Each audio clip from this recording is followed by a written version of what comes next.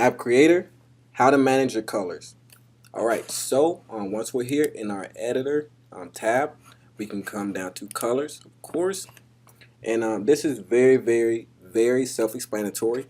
Everything is categorized, so this is going to be the colors that you're changing. So general, overall, we have a background, so that's the only one here. Now the header is going to be the header here.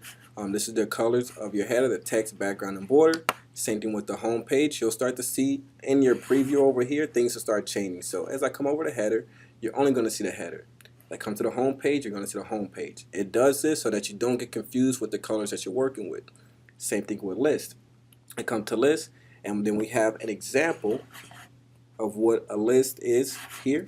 Then we have our colors here as well. Same thing going to be with the loyalty card. Any buttons that we have, we're going to configure the colors here.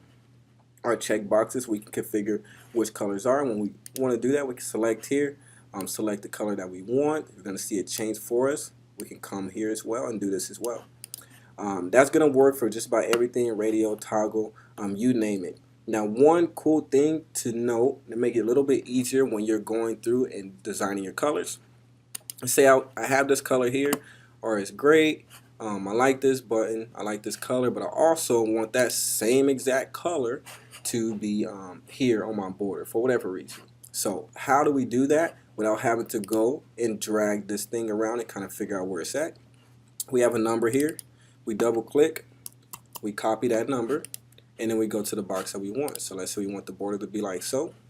We come here, we double click, and we paste, and we have the same exact color here as well.